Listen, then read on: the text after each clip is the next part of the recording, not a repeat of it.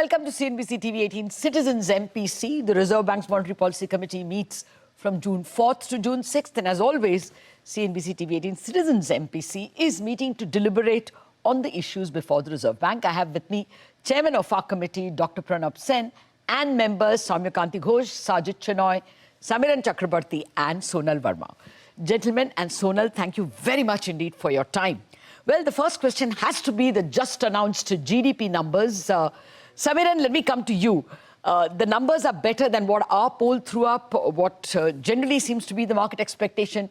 How do you think the Reserve Bank and the MPC will approach these numbers?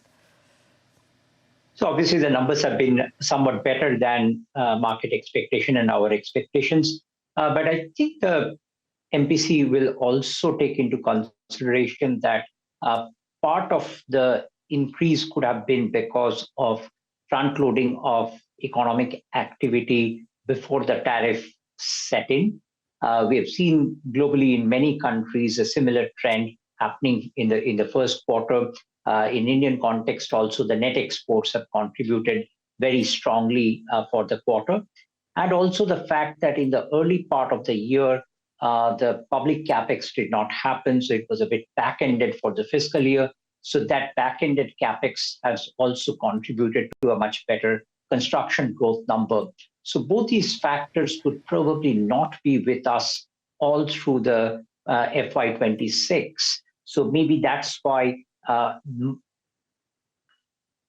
having the same sort of growth numbers across the entire year might be difficult to predict at this point of time. So the MPC will probably consider the fact that the growth momentum has been better than what used to be a couple of quarters back, but still might be lower than the potential growth on a more sustained basis.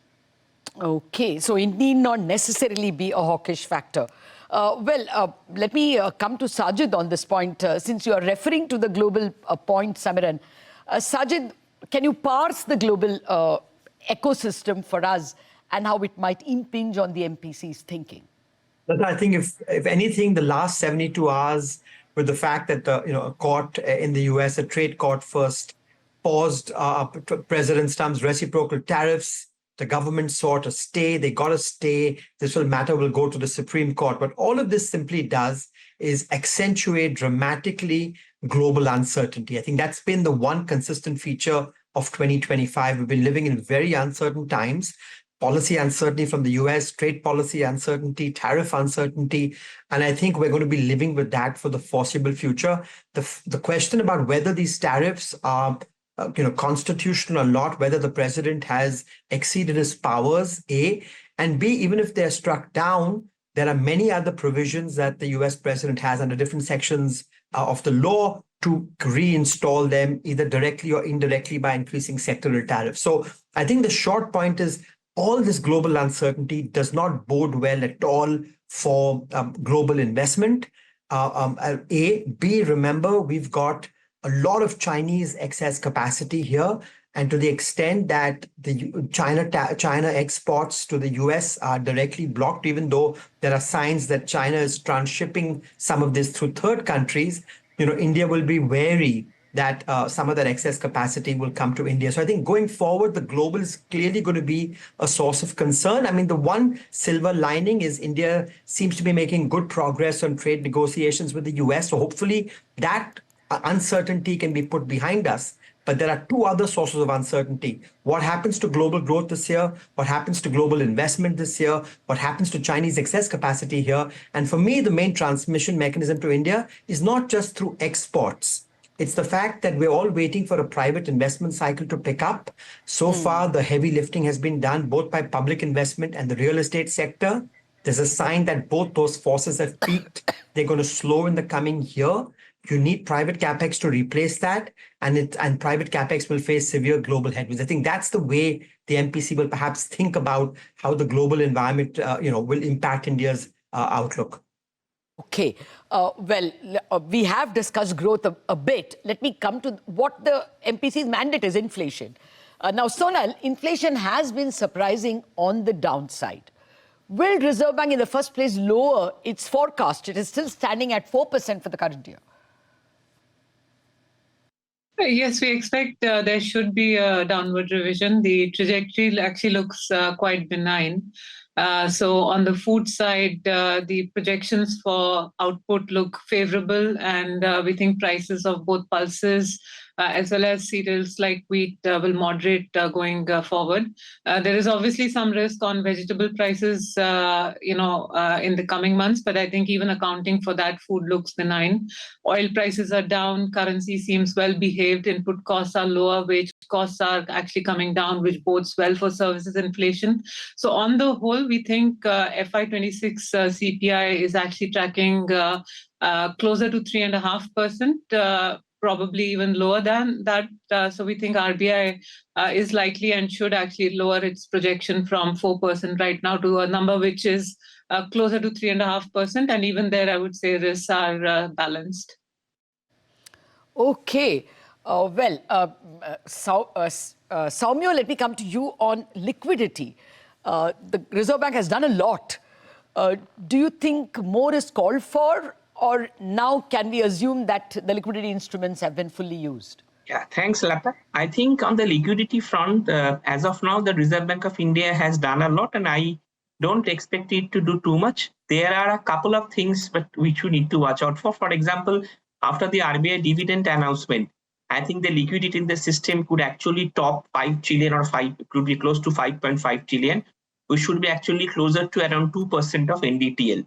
So within 2% of NDTL, I think we're in a pretty comfortable zone. And the other factor is that we also need to know that there is a lot of swap transaction maturing. So maybe this will give an RBI an opportunity to retain some of the swap transactions of the liquidity which it has built up over the point of time. But one point to take note is that the Reserve Bank has been doing several types of liquidity injections. It has done a significant amount of OMO transactions. But at some point of time, it will have to rethink about the instruments, because while as a policy tool, these are all good, but OMO over a significant point of time can also impact the secondary market liquidity. So net, I think the Reserve Bank has done its bit in maintaining liquidity, and now it's the time actually to do the other small tweaks so as to keep the liquidity in surplus mode going forward. Okay, continue to keep the liquidity in surplus mode. Dr. Sen, as the chairman, can you round up the growth inflation dynamics for us? Does it look like, there is enough room for the Reserve Bank to cut because inflation is so much below its own target, or likely to be?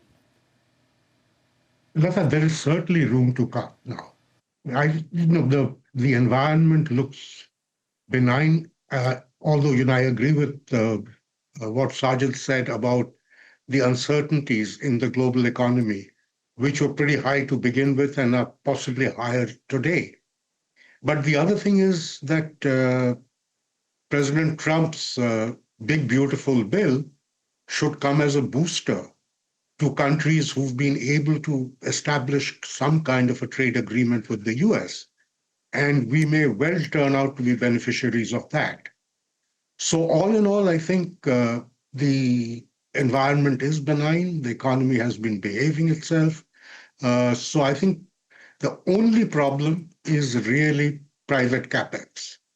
And I think this is a situation where we should just hold steady with our rate of liquidity growth, and some cut in the repo would be called for, I think. Okay, point taken. But it's time for us to vote. May I ask you all to take up your electronic pads and vote? The first question is very obvious. What will the MPC do to repo rates on June 6th? I'll start with Sonal, the lady. Sonal, what will they do? 25 basis point cut. Samiran?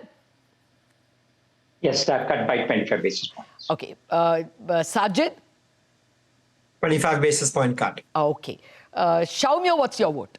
I think I will go for a 50 basis point rate cut. It's better for a better transmission. Okay, 50. Dr. Sen, which way would you lean, sir? 25. 25. Okay, so 4:1, 25. A cut is coming regardless. But I think the more pertinent question for the market is what will be the terminal repo rate? Sonal, again, I start with you. What do you think will be the terminal rate? Based on current conditions, 5%. 5%. So 4 cuts starting from June. Samiran? I think it's 5.5 or below. Okay, 5.5, playing it cautious. Sajid? Somewhere between 5.5. Remember, overnight rates are 25 basis points below that. So what do I take? 5/4? Because you said 5 to 5.5, I'm taking 5/4 for you. Shaumyo, your terminal repo rate?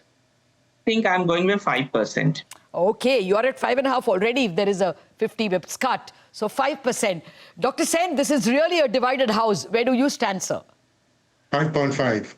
5.5. You're playing it cautious. So at the moment, it is equally cut between those who want to be cautious and those who believe the Reserve Bank has a longer rope. This is going to be a very, very interesting policy. In fact, the policies to come. Thank you very much, members of the Citizens MPC, for joining me. With that, we wrap up on this the deliberations.